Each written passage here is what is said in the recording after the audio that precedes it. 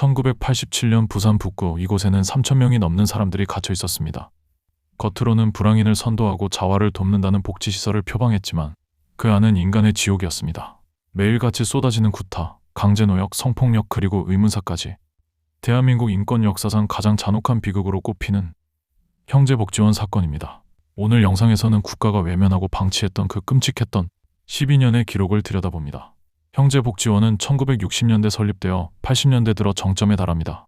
당시 정부는 88 서울올림픽을 앞두고 거리를 깨끗하게 정비한다는 명목으로 노숙인뿐만 아니라 가출 청소년 심지어 멀쩡한 일반 시민들까지 무차별적으로 납치해 이곳에 가두었습니다.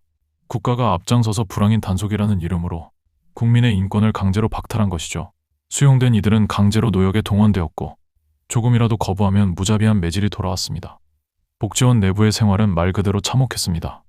배고픔을 견디지 못한 사람들은 쥐를 잡아먹기도 했고 아픈 사람들을 제대로 치료해주지 않아 죽어나가는 일이 다반사였습니다. 교관들은 원생들을 상대로 폭행과 성폭력을 일삼았으며 도망치려다 붙잡힌 사람들에게는 끔찍한 보복이 가해졌습니다. 죽은 사람들의 시신은 안매장되거나 대학의 해부학 실습용으로 팔려나갔다는 증언까지 이어졌습니다. 과연 이곳이 1980년대 대한민국에 존재했던 시설이 맞는지 의심케 할 정도로 야만적인 행태가 자행되었습니다. 1987년 한 검사의 집요한 수사로 형제복지원의 실체가 세상에 드러났습니다. 하지만 결과는 허망했습니다.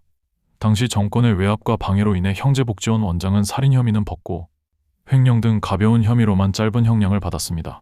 수천 명의 인권을 유린하고 수많은 생명을 앗아간 대가치고는 지나치게 가벼운 처벌이었습니다. 그렇게 사건은 사람들의 기억 속에서 서서히 잊혀가는 듯 했습니다. 이 사건이 더욱 충격적인 이유는 복지원이라는 개별시설의 일탈을 넘어 국가와 지자체가 공모한 구조적 참사였다는 점입니다. 당시 정부는 형제복지원에 막대한 보조금을 지급하며 이들을 모범시설로 표창했고 경찰과 공무원들은 불법적인 납치를 눈감아주며 실적을 챙겼습니다. 즉 국가라는 거대한 시스템이 한 개인을 불황인이라는 낙인 하나로 사회에서 지워버리는 과정에 직접 가담했던 것입니다. 국가의 울타리가 가장 잔혹한 감옥이 될 수 있다는 사실을 이 사건이 증명하고 있습니다.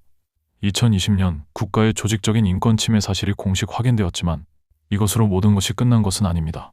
피해자들은 여전히 그날의 트라우마와 싸우고 있으며 이들이 평생 짊어져야 했던 고통에 대한 실질적인 배상과 진정한 의미의 명예회복은 여전히 더디게 진행되고 있습니다. 무엇보다 중요한 것은 다시는 이런 비극이 반복되지 않도록 인권이라는 가치를 행정 편의보다 우선시하는 사회적 감시망을 공고히 하는 것입니다. 형제복지원 사건은 단순한 과거의 비극이 아닙니다.